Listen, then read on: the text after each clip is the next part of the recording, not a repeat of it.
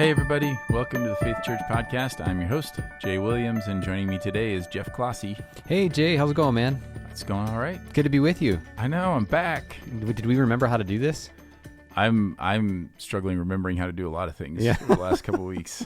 Well, it's good to have you back. It was weird even trying to reply to emails and use it. I mean, there's so many things that it's like, man, I'm really out of the loop, out of sorts. Yeah, well, we're glad you're back. I know that transition back is always a unique thing, especially when vacation ends up being a surgical procedure. That's very different. You know, here's the thing about that. I didn't say this on Sunday, but people, and it's kind of people to express sympathy for the fact that it was on my vacation that, you know, I end up in the hospital having a surgery. But here's the upside of it. It was at the very end of my vacation. It actually just extended my vacation. There you go. We got to do, the kids and I did everything that we wanted to do. And then it was the very last night where all this happened.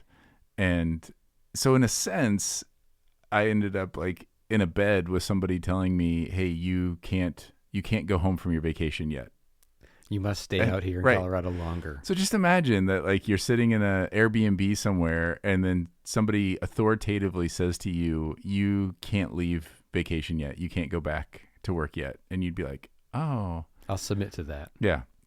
Now, there were other complications with that, but Yes. Overall, it was, and then, you know, Lauren flew out and helped us get back. And so it actually, it was it wasn't the worst thing in the world other than the anesthesia, which I didn't do well. You don't do well with anesthesia either. I just need a lot of it.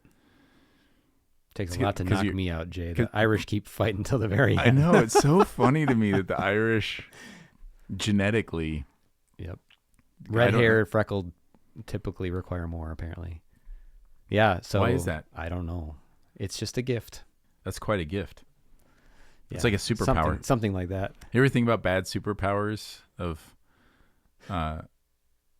like, the short end of the stick? I was just watching the Avengers recently, Oh, wow. and so you think about, oh wow, those are the superpowers that are worth it. But if there were such a thing as superpowers, you'd think that some people have, like, they can sew really fast, or you can, I don't know, Very hard to drug. very hard to drug. Yeah, a very superpower. hard, very resistant to Good luck. anesthesia. I once said that my superpower was being able to persevere through awkward situations. And it'd be like, awkward man. And like, that's not much. What kind of costume does that guy wear? Well, something awkward. So yeah, I feel like that would be me. And so then I would just be an extra in one of those films. And they're like, who's that guy over there? Oh, that's awkward guy. He just kind of stands there. Oh, he doesn't do anything else? Well, you know, he's helpful in awkward situations. How does he make you feel? Well, awkward. It's such a gift. So anyway, well, speaking of awkward, let's do an awkward transition into the message on Sunday, which talk about feeling out of practice. It's amazing. That's why You were facing the right way the whole time.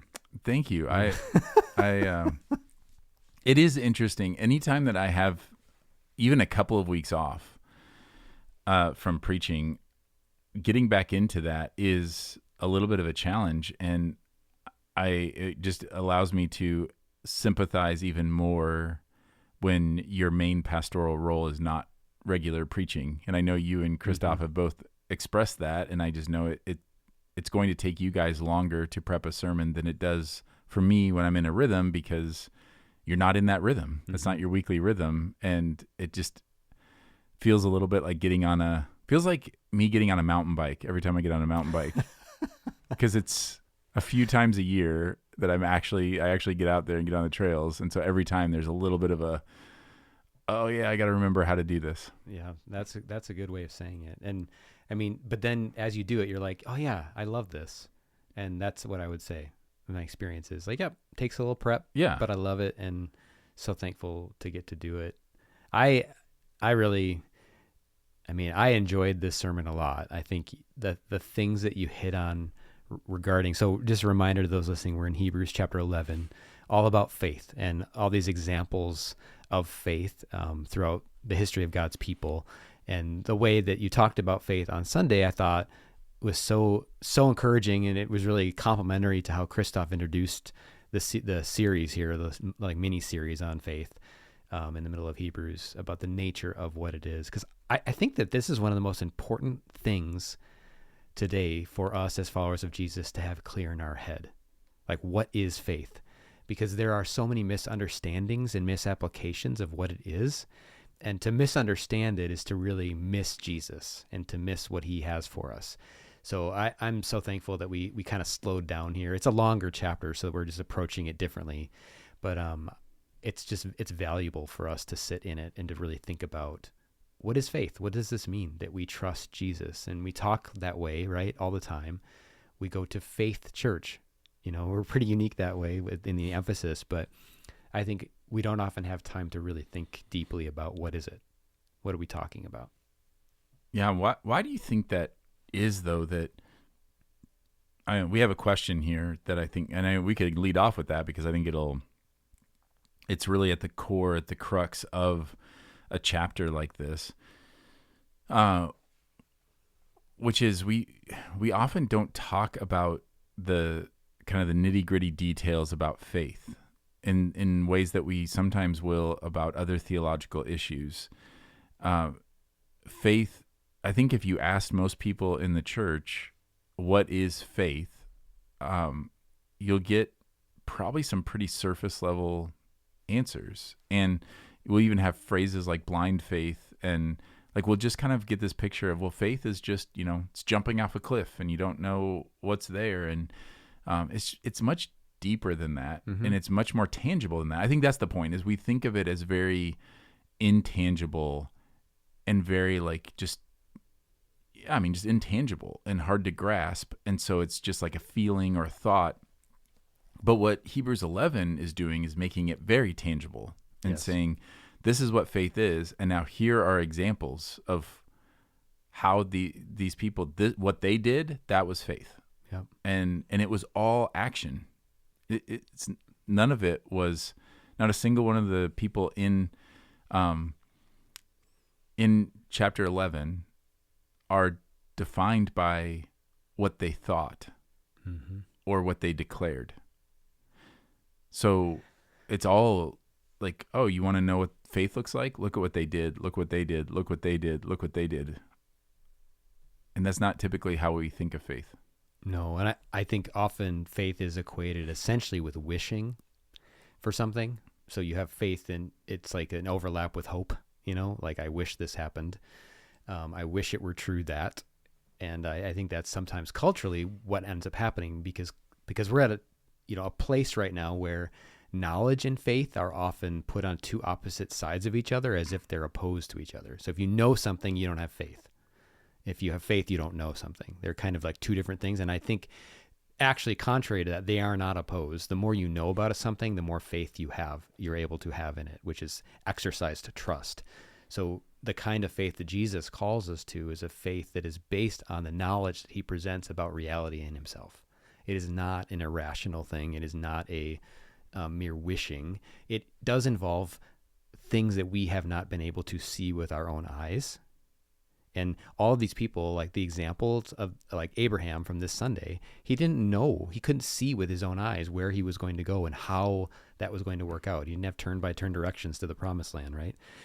But he had faith that was based on knowledge, because he actually knew God. He knew him.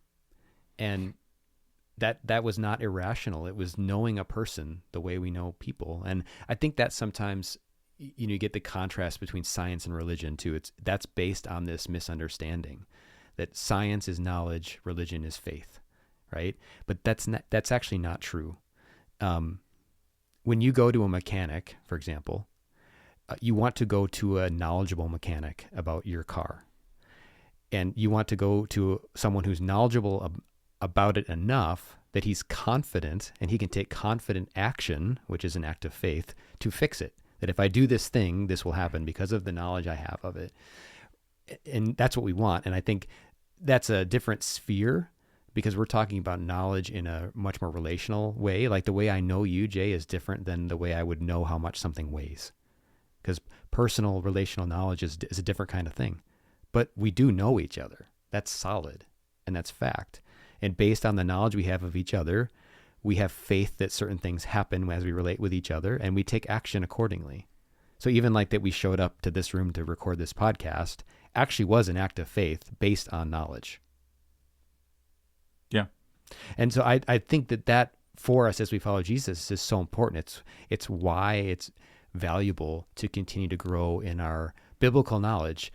It's not just biblical knowledge for biblical knowledge's sake. It's knowledge that results in faith, which is, like you said, ends up being an action and a trusting commitment to live according to his ways and to rely on him as we do life. Because it's inevitable you're going to have faith, right? That's inevitable. Everyone has faith as they make decisions throughout their days. Yeah. And the question is like, do I have faith in myself and in what I know about the world? And that was part of the thing with Abraham. He knew, he had knowledge about his current standing, where he was, the wealth that he had, what he knew about his homeland. And he would have had to been, if he would have stayed, it would have been exercising faith, but it would have been faith in a different kingdom, and faith in himself, exactly, and faith in his own circumstances, trusting in that. And I think that, so I think one of the big pieces that you're touching on here, and there's a couple that I think we could address and flesh out a little bit more. One of them is that faith is action. I mean, this is when James says faith without works is dead. Mm-hmm. You know, you show me your faith, I'll show you my faith by my works. That he's drawing that connection. He's saying that you're talking about a very superficial level of faith when you're just talking about the things you declare or the things you say you believe. And that let me just read the question, because the question that came in was really great, and they just asked if we could flesh out a little bit how I made the point that just declaring, just saying you believe, just believing that he exists is not enough. And so they asked, could you flesh that out as it relates to Romans 10:9, which Romans 10:9 says, because if you confess with your heart that Jesus is Lord and believe in your heart, if you confess with your mouth that Jesus is Lord and believe in your heart that God raised him from the dead, you will be saved. For with the heart one believes and is justified, and with the mouth one confesses and is saved. So we have verses like that have kind of led to this view, and I touched on the American faith that I mentioned, and what I meant by that was it's been in the last 70, 80 years or so that this kind of idea of just professing like a prayer of salvation, like if I just declare that Jesus is Lord, declare that I believe, then by that confession, if I believe it, like almost like a Wizard of Oz, like, click your heels together 3 times. If I just believe hard enough, then I'll be saved. And there's truth in this, obviously, because it comes from Scripture, but there's also like an oversimplification that then makes it not true. And in that is just what you were talking about, because it then removes, so then our idea is, we're saved by faith, not by works. And so then we remove all action. And so we started to like cast out any action and saying, well, that's not of God if you talk about works at all. But James says that's how you know that you have faith. Like, mm-hmm. The idea is, yes, it is faith, truly believing is what saves us. But the way you know if you truly believe is by your actions. Mm-hmm. If I can just say that I'm faithful to my wife, and I can even say I really want to be faithful to my wife, but we would all agree that faithfulness to my wife means something tangible. It's not just a desire or a wishful thinking or a belief that faithfulness is important. None of that is satisfying. We would say faithfulness means a particular action, like it means action. And the parallel that I would use in that, and we talked about this briefly right before the podcast, as I was thinking about this question, was I think we treat faith a lot the way that some churches will treat love. So maybe you've heard a church, or somebody say, or even a church, it could just be anybody that has kind of a very generic faith that is not specific to the life, death, and resurrection of Jesus, but is just kind of this generic faith. And they'd say, well, even Jesus says what matters most is that you love God and you love others. So as long as you're loving God and loving others, like, you're fine. Well, there's a sense in which that is very true. Jesus said, these are the greatest commandments, and everything else hangs on these two. But I think we would also acknowledge that is there's a much deeper definition of what does it mean to love God with your whole heart, soul, and mind? What does it mean to love your neighbor as yourself? These mean actual things, and it's much deeper than just whatever definition I want to throw on it. So I think in the same way that you can oversimplify the great commandment by changing the definition of love, by oversimplifying the definition of love, or fitting the definition of love to whatever you feel good about, we do the same thing with faith. We take a passage like Romans 10:9 about confessing with your mouth and believing in your heart, and then we put our definitions on that of, that means just saying these words, and that means like sincerely believing that Jesus, did these things, and we oversimplify the definition, and it changes the meaning of the whole passage. Does that make sense of how, I'm trying to draw that parallel there? Well, it does, and I think it's helpful. Like this is I love this verse, this section of that Romans. We use this, like when we baptize, we'll have baptisms in the park coming up again, and this is what I usually, when I'm baptizing someone, I ask this: do you believe in your heart? Do you confess with your mouth? Do you believe in your heart? I think this is a great, almost like a short little creed here that we can use. But if you think about the people who received this, the environment in which they received it in was hostile. It was illegal to follow Jesus.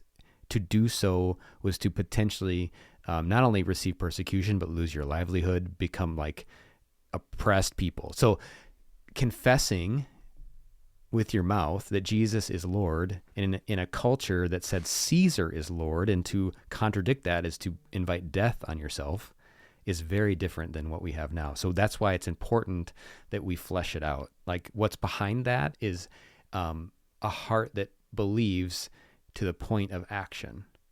This is kind of a funny example in another realm. I read this recently. A Christian thinker was writing about knowledge and faith, and he said, it's interesting how sometimes our faith is an exercise of what we know, and sometimes we have faith in things that we know aren't true. So like the example that he gave was buying lottery tickets. So buying lottery tickets actually does demonstrate a faith and a wishing that I will win the lottery. But most people doing that know they will not win the lottery.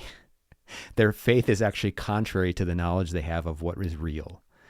And what Jesus is calling us to is something so beautiful, because it's just the opposite of that. It is, would you exercise faith, trust, confidence, those are all synonyms, to the point of action, because this is real, in how I have revealed reality to you to be. It is solid and it is not changeable. And so when you're declaring he's Lord, you're talking about the nature of reality and of all existence, that he is over all things. So it's not something that you can just agree with and just get on with your life as it was normal. If you just agree with it and get on with your life as if nothing has changed, you don't understand what you just confessed, because it's so fundamental to our life and all of reality. I think you made a really good point there about who is Paul writing to in Romans. Mm-hmm. He's writing to Romans. Mm-hmm. And the biggest declaration that they would be making is Caesar is Lord. Yes. To say anything else was treason. Yeah, this is treason right here. And so when Paul's saying that, he's saying like you are declaring allegiance. You think about that culturally. I mean, there's lots of things that I could touch on here, but there are places in the world where they might say, hey, to be saved, you need to believe. And the demonstration of that belief is you're going to gather with the church every week. There are places in the world where gathering with that church every week is a constant risk and a constant, it could be It could be a physical risk. I mean, there are stories of churches that are in Tibet that are on like mountainsides, and people have to like go through a strenuous hike of, hours and hours to get there. It could be that you could come home and your home could be burned to the ground because they know that on Sunday morning these Christians are assembling here, and so you're leaving that. Now, you can imagine somebody saying that in that context, that's what faith looks like, that you attend church every week. Now imagine saying that in Dallas. It's not the same thing. There are places in the world, and especially in our country, where going to church not only is not costly, it is beneficial to your worldly kingdom. It's beneficial to your business reputation, to your contacts, to like helping raise your kids and giving your kids like social interactions, like going to, joining Little League. So you wouldn't say it like that. And so you have to think culturally, what is he speaking into? And so I would argue that Romans 10:9 is not what we've turned it into. It is actually so believe. And here's the evidence that you're going to believe. You're going to confess with your mouth. Mm-hmm. You're not just going to say this quietly. You're not just going to believe this quietly and kind of going about your business. You're declaring this with your mouth, which is an act of treason. It is an act of declaration against the kingdom of Caesar and for the kingdom of God. And so if you really do believe, that's worth it to you. And so it is, even in that passage that we would point to of saying what's been used for decades to say, like, see, it's if you pray a prayer of salvation, you're good. Even that is actually contained in it is a tangible action that at the time, in that context, would have been dangerous. Mm-hmm. It would have been costly. Yeah, I was actually just thinking about Dietrich Bonhoeffer's phrase, cheap grace. And he was writing that in the 30s, right, I believe. That's been an issue in the church for a long time, much longer than where we're at right now. But I think the way it manifests right now is unique. It just is. And yeah, it doesn't really cost most of us anything to at the park confess that openly, although we should do that. It's a good thing to do, but it's very different than what the people Paul was writing to were experiencing. You're right. It can actually enrich us to do that. Well, and think about, here's another one that I was thinking of. Imagine that the letter said, if you want to be saved, you have to believe in your heart and wear a cross necklace.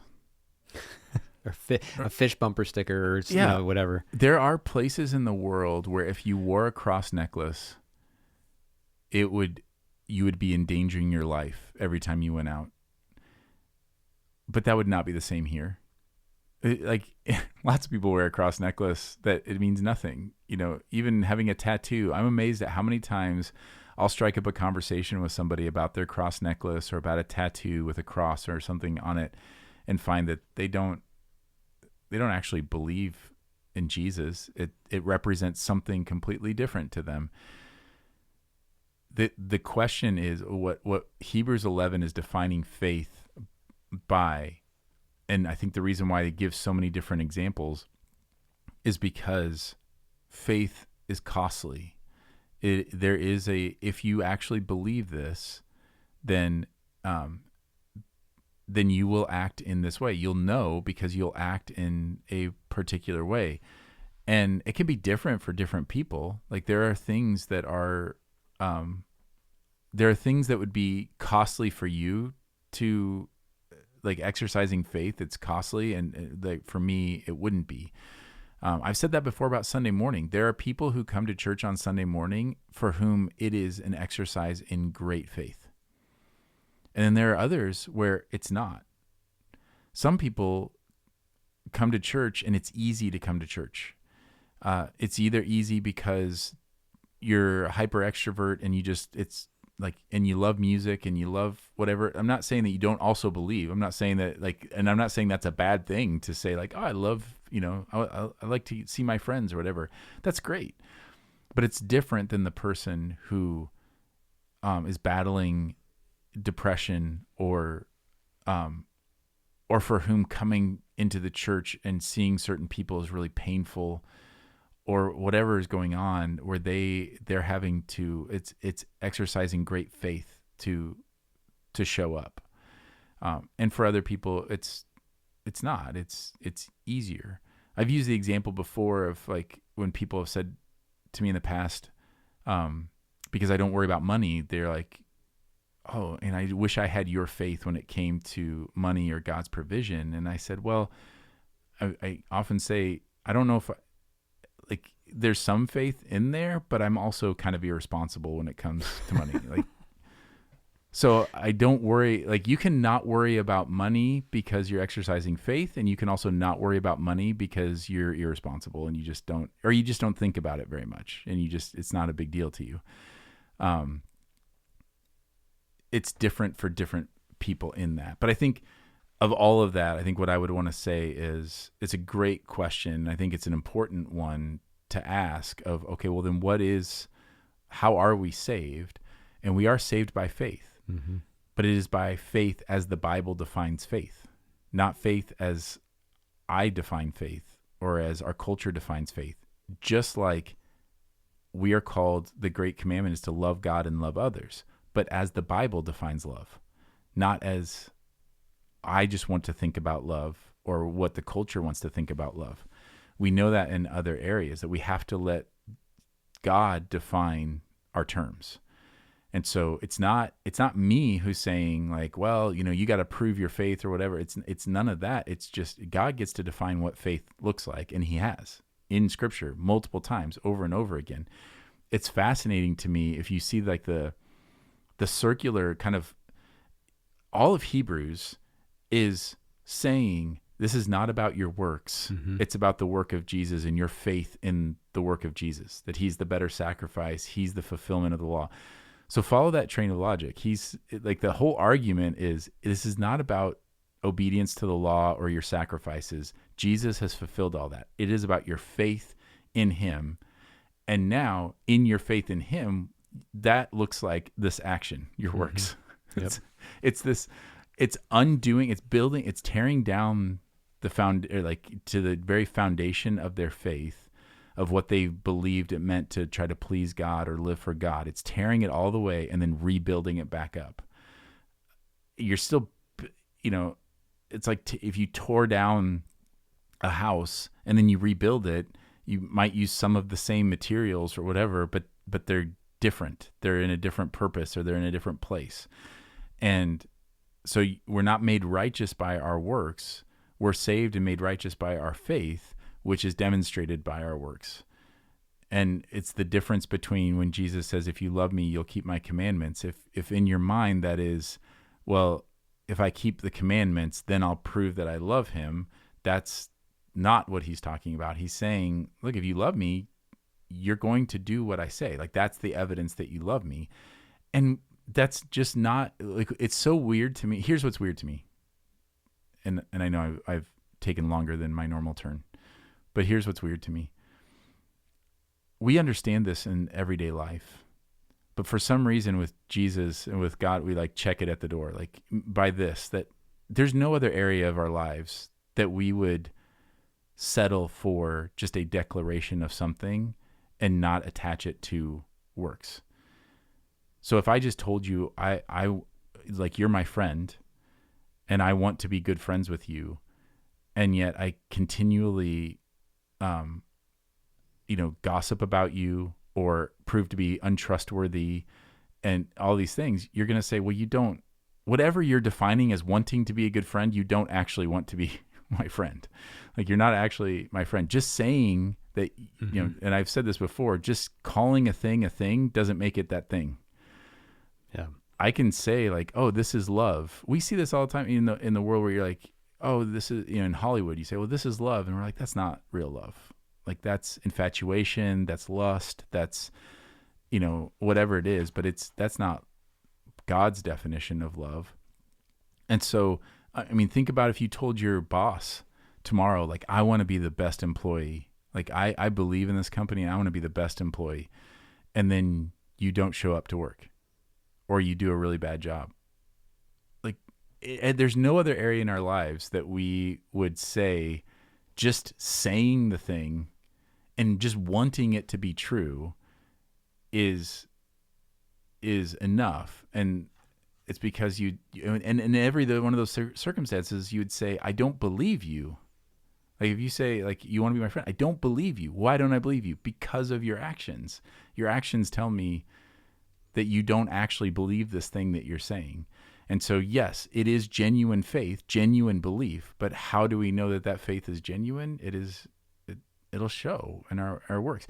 Plus, Jesus tells us a million times over in these parables. That's why he says that if you put your hand to the plow and look back, you're not fit for the kingdom. It's why the parable of the banquet, that those who had other excuses, and they're basically saying, oh yeah, no, I totally want to be there, but I got to take care of these other things first. And Jesus doesn't say, well, they'll get the leftovers, or, well, whenever they come in, that'll be fine. He says they won't eat at this banquet. They will not taste it. That's a strong warning to say, like, look, you're showing what you actually believe. Yes, it is just about your faith in me, but you're showing what you actually believe by how you act. Yeah, it's really, the whole book of Hebrews is profound in the depths of what it gets at with how humans work, like what's going on in our hearts. Like we talked about the division of soul and spirit at one point, right? Like it kind of gets to the whole bottom of what's going on inside of us.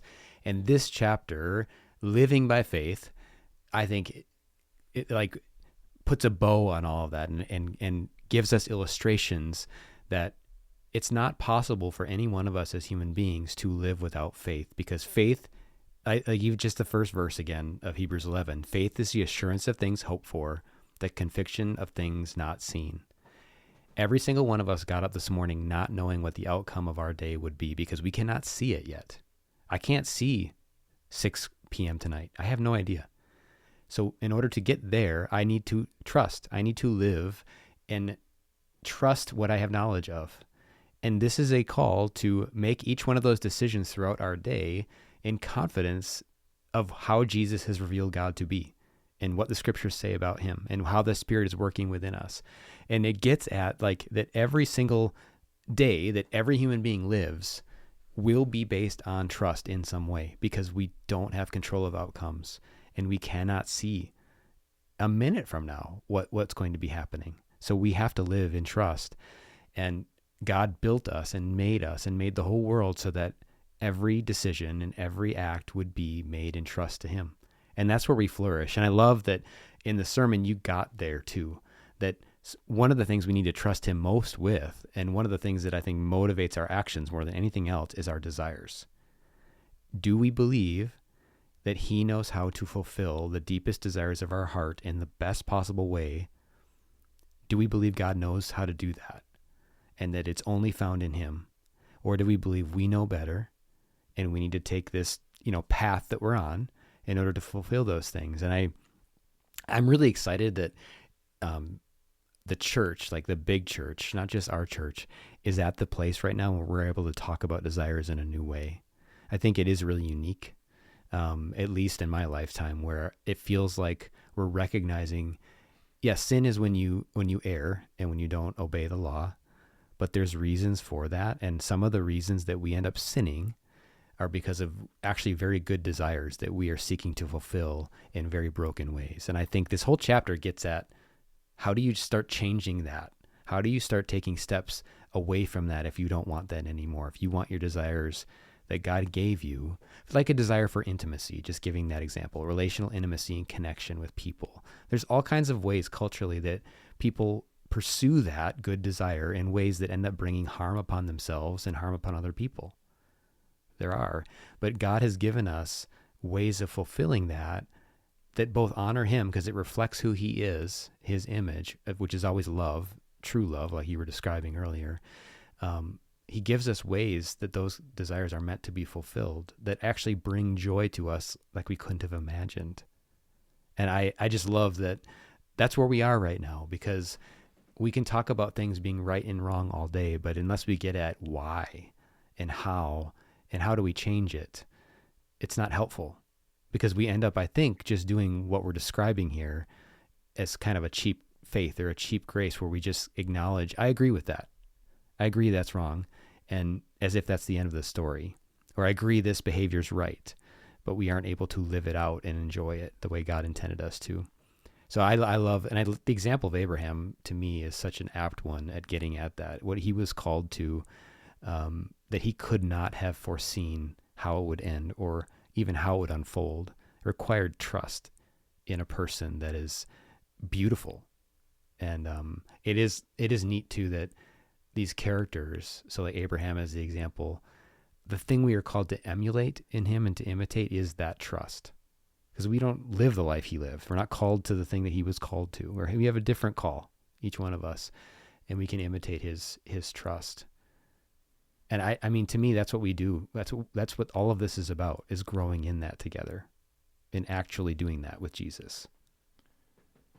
Right. And you mentioned intimacy, and so then that kind of gets back to the idea of these rewards, that's the other part of that verse. It's without faith, it's impossible to please God, that those who draw near to God must believe that he exists and that he rewards those who seek him. And that's the kindness of God. He could just demand our allegiance because he's God, but he also rewards us. Like, he promises to fulfill our desires, and we have to trust that what he's fulfilling is better. Like, how he's fulfilling that is better. I mean, and you just, there's so many things that popped in my head. I thought of the illustration of if your boss called you into work and said, "Hey, I want you to work on Saturday. You know, you're normally off on Saturday. I want you to work on Saturday, but I'm going to pay you double time." Whether you go in or not is based on whether you believe him. If you don't believe him or her that they're going to actually pay you, and then imagine when your paycheck comes around and it doesn't show that you got paid double time. And what if their response was, "I really wanted to pay you double time. Like, you're so valuable. You know, I promise we'll do that again. And I'll get it on there." And then if they never do, you would say, okay, well then you would stop. Your faith would be damaged in that. The next time they ask you to come in, you know, and during off hours, you're not really going to believe them anymore. But God calls us into these things, and he does reward us. He does, like, there are those rewards. And I tried to point that out. They're both immediate and eternal, and that the immediate ones are better than the best that the worldly could offer. And you brought up intimacy, and I think that's a really important one. I've walked with people before who desire intimacy, and they want to get married. And for whatever reason, it's not happening. Well, faith in that looks like bringing that before the Lord and trusting that, okay, God is going to fulfill my desire for intimacy. Now, what we tend to do, and what we've done kind of in our legalistic American culture, is, well, if you just go about dating in the right way, or go about all this stuff in the right way, then he will bring you the perfect spouse. That's a lie. That's not what God promises. What he's promising is to reward you for your faith by fulfilling your desire for intimacy, which is first going to happen in him, and then it also can happen in other ways. But faith is saying, I don't know what this is going to look like, but I'm not going to pursue this relationship that I know is not of God. I'm going to pursue Christ. And I can... You know, there are people who have desired to get married, but God has fulfilled their desire for intimacy in other ways, through rich friendships, through restoring other extended family relationships, like with parents, or, you know, there's lots of things. And if you don't believe, like, what we often do with faith is we say, okay, God rewards me, and so he's going to reward me by building my own kingdom, like my own, like what I actually wanted. So if you imagine the crossroads is, okay, I can trust in me. I know how this will work here. So take intimacy, for example. I know that if I put myself out there and I start dating, and if I do X, Y, and Z, then I'll end up I can have a relationship, and I know how to do that. That's what's seen. That's what's known. And even though I know it's kind of broken, it's like it's controllable in my mind, and I can do that. And even though we know it's not controllable and that backfires, and anybody who's tried to do that knows it backfires in all kinds of ways. And then you just keep going back at it. Versus saying, no, I'm going to trust God and I'm going to pursue Christ and trust that he knows how to fulfill my desire for intimacy better than I do.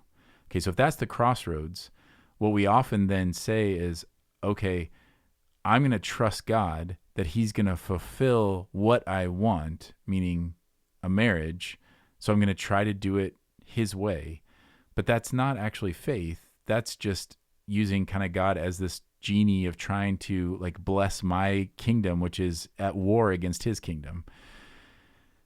And what faith looks like is saying, okay, I'm going to hold loosely. It doesn't mean squashing that desire for intimacy. And it doesn't mean to stop asking God if you, like in that scenario, if you want to be married, it doesn't mean stop asking God for the gift of marriage.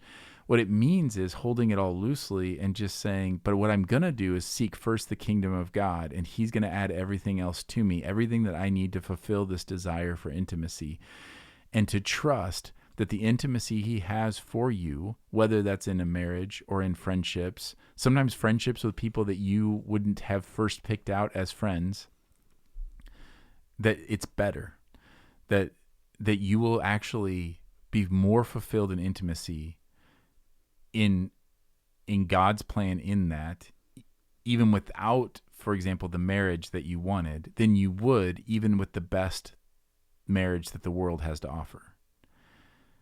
And I was going to ask you this, like, how do we help people do that practically? Because I had a couple of emails in response, I think partly to the sermon, but I think just in life, of another example is healing. Like, how do you pursue healing, asking God to heal you? But what does it look like to hold that loosely and believe that the healing that God has for me, like that desire to be whole, that desire to feel like myself? I mean, what's underneath that desire for healing? There's different things. It might be a desire to feel like myself.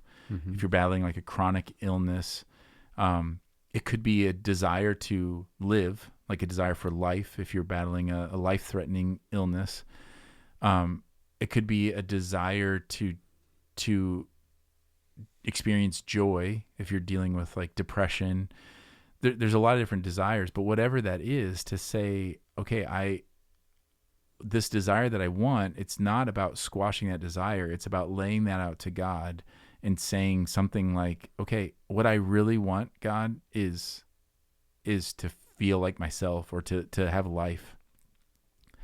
But I'm going to hold this loosely. The way I think I want that is this. Like, I want to be healed of this. And so that's my desire. But my desire ultimately is like, I want to experience life, and I don't feel like I can experience life right now. And then so I turn that over to God and say, but I trust you to fulfill that desire, because you created in me this desire for life and for purpose and to have abundant life. Like, you promise abundant life for those who trust. That's a reward. And so I'm going to trust you of what that looks like, and whatever you have for me here, to believe it's better even than if whatever the best that the world has to offer. And I believe that someday I'm going to have the full experience. So that's like theologically that construct, and even with a little bit of practicality. But what does that look like when you're saying, for the people that are dealing with that, whether it is they're dealing with loneliness or illness or financial struggles, hardships, or relational hardships, and they're saying, I want to believe, and I want to pursue the greater thing, but I don't know how to do that when I'm so struggling with this. Like, I can't. If you ask me what I want, I mean, I've mentioned before that I forget who the quote was from, especially when it comes to illness, where they said, if you ask a healthy person what they want, they'll have 100 different. If you ask 100 healthy people what they want, you'll get 100 different answers. If you ask 100 sick people what they want, you'll get one. Hmm.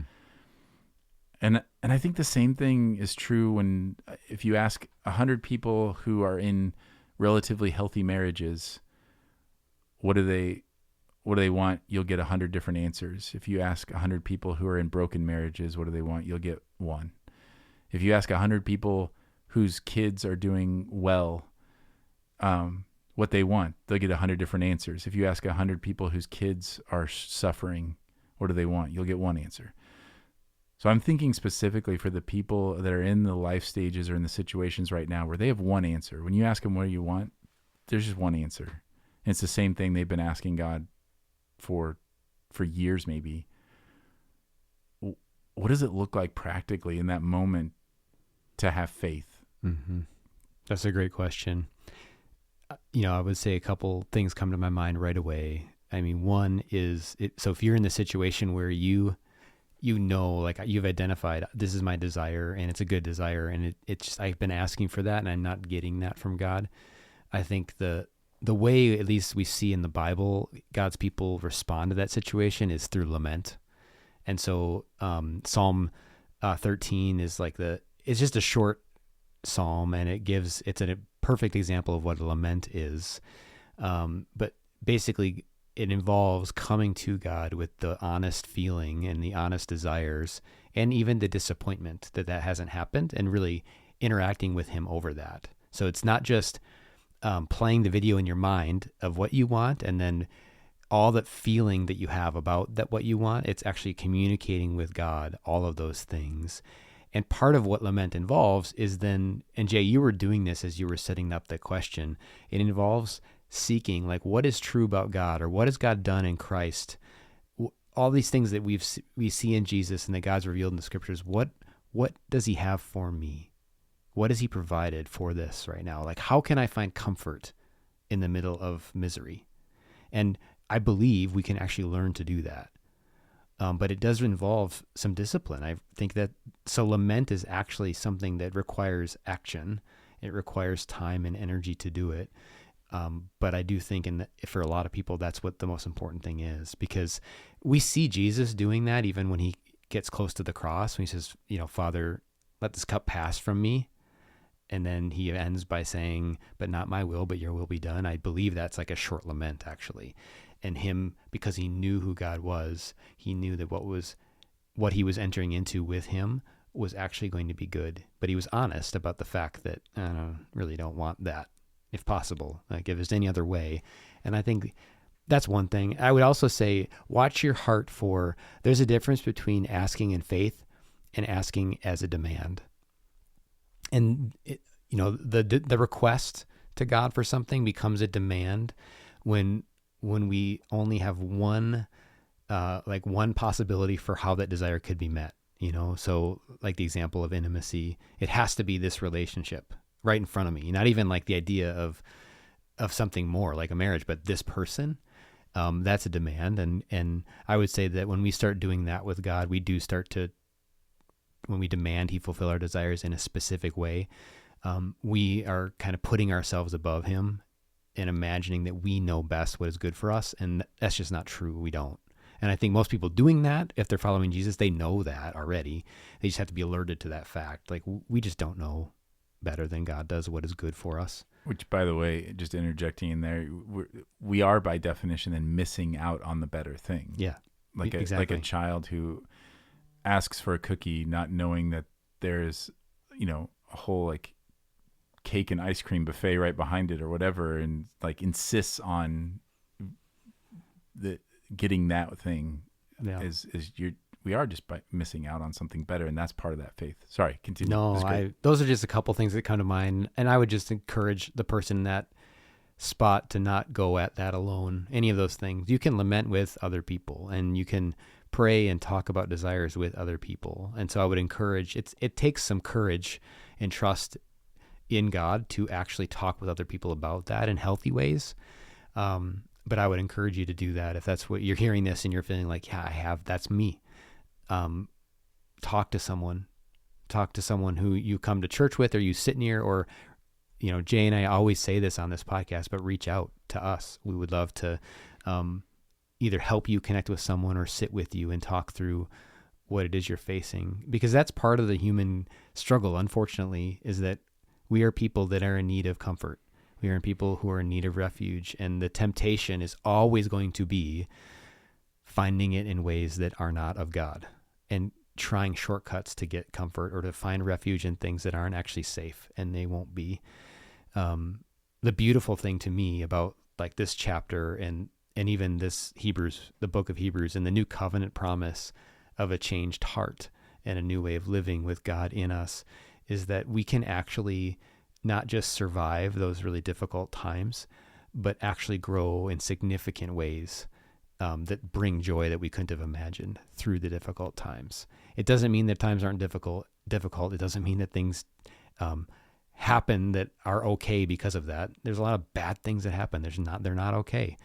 But we can, as we follow Jesus, experience him as shepherd as we walk through those things. So that would be just a couple general ideas, Jay. I love that. I think that's really helpful.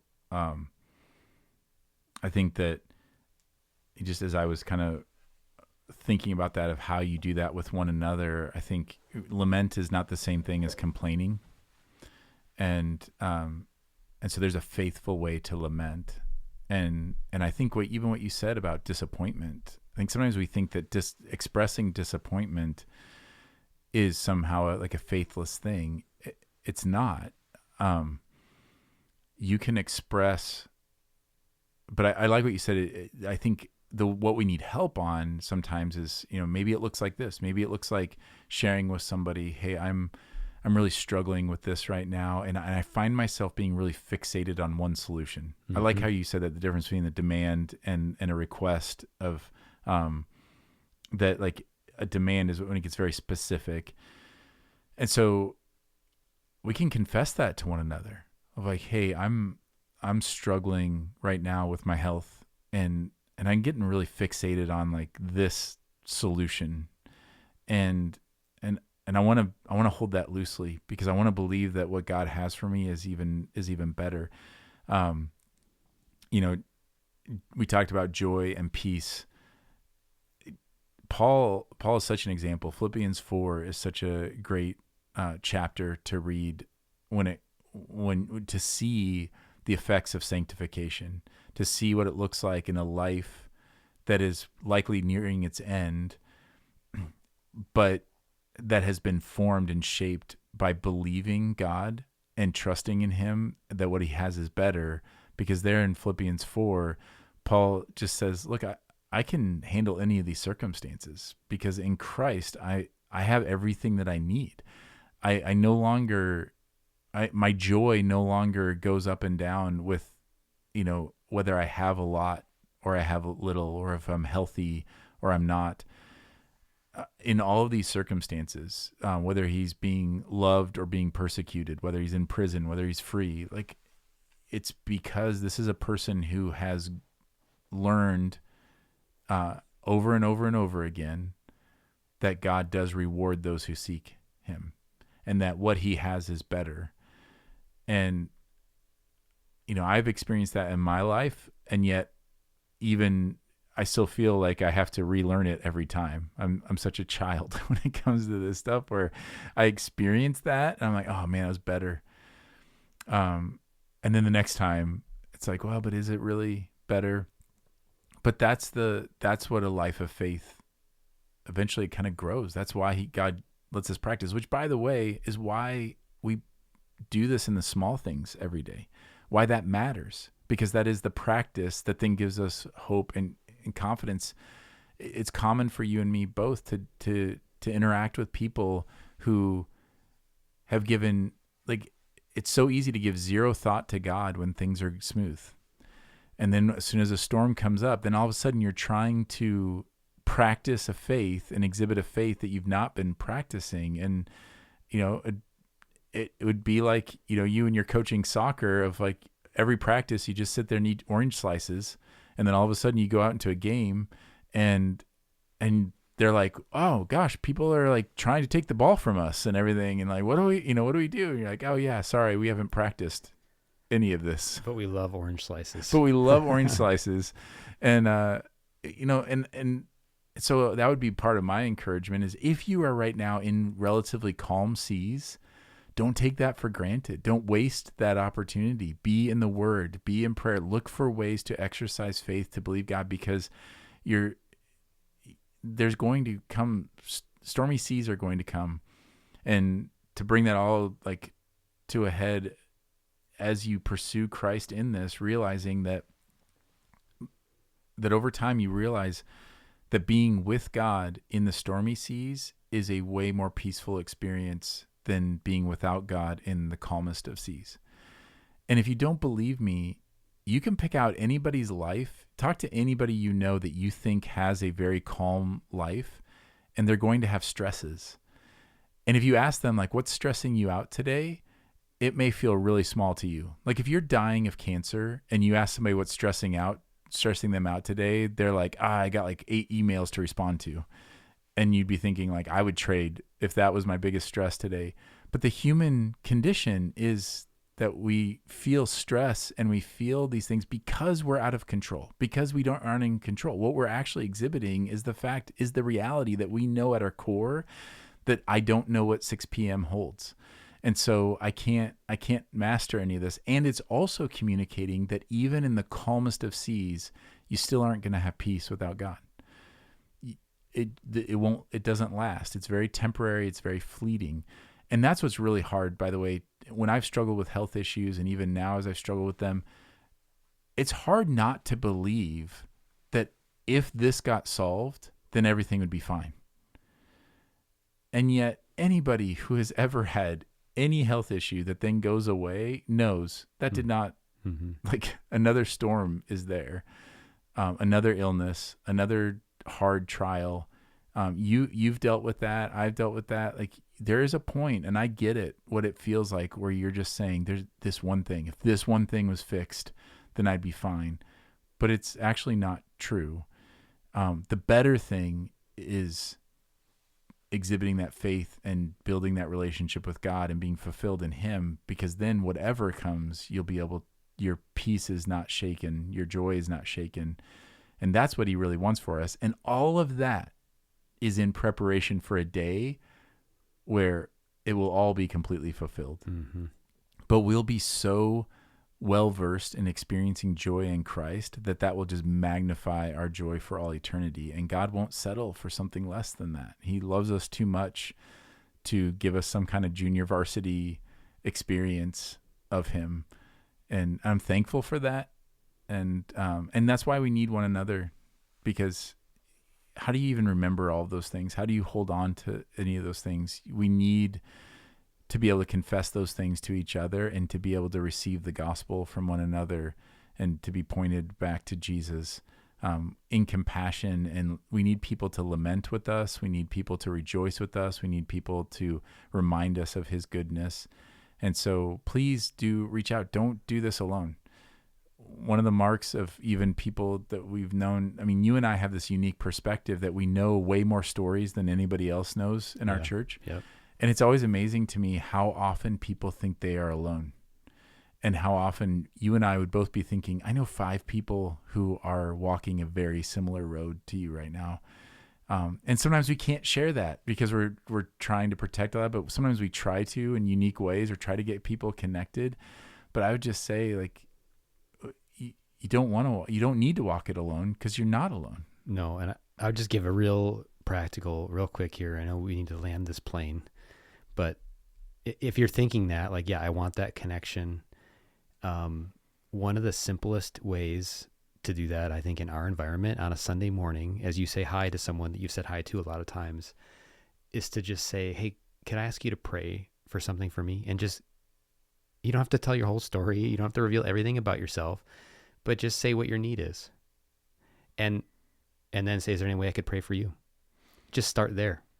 And I know it takes faith to do that, because you're basically expressing a need, and that's some vulnerability, but that can be a way to start that conversation with people around you and alert them to your need.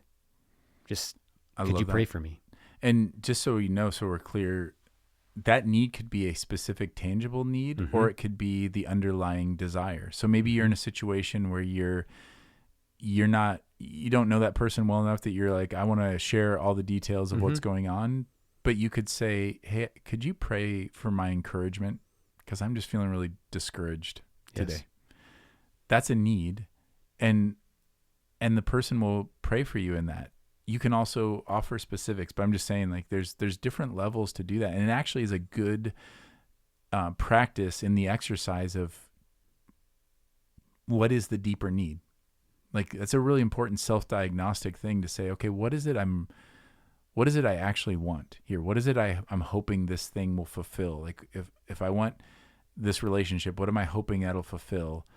If I want this healing, if I want this thing, if I want this vacation, if I want this job, like anything that you want, like asking the question of why, and knowing that may very well be a good gift that God is going to give you to fulfill it, and rejoice in that. And that's amazing. That's awesome. But I would say that knowing what you're hoping for in that thing is important, whether you get it or not. It'll help you rejoice better if you do receive that, and it'll help you endure better if that's not, like, because you're saying, okay, but what I really want is rest, and then trusting God for how he's going to fulfill that rest, and not in my own. That was another one that even in the sermon I had a whole thing on rest, because we are kings and queens of feeling overwhelmed and busy and tired, and we insist, it's a cultural pandemic. We insist on pursuing our own known ways of rest that actually don't bring rest, whether it's youth sports or hobbies or social media or video games or, Netflix, whatever it is. Like, we exhaust ourselves in our pursuit of rest. It's borderline comical, even in my own life, of how many times I'm like, I want to construct for myself rest. But that means stepping out in faith is, okay, God, I know what I really want is rest. I don't really want this hobby. I don't really want this. Like, that's not the thing. What I want is what I think that gives me is rest. And then pursuing that in Christ. And I know you and I both have examples of that, where sometimes I don't get the thing that I thought I needed for rest, and sometimes I do. But either way, if my rest is fulfilled in Christ, then all of a sudden that bike ride is 10 times more restful. Mm-hmm. In Christ, that fishing trip is way more restful than when it's in a pursuit of some worldly thing, So anyway, that's a little thing. We do have to land the plane. We hope that this has been helpful. Please reach out. You're not alone. You know the drill. We appreciate you taking the time to listen to us ramble on about these things, but we are in it together, and we love you, church. And until next time, grace and peace.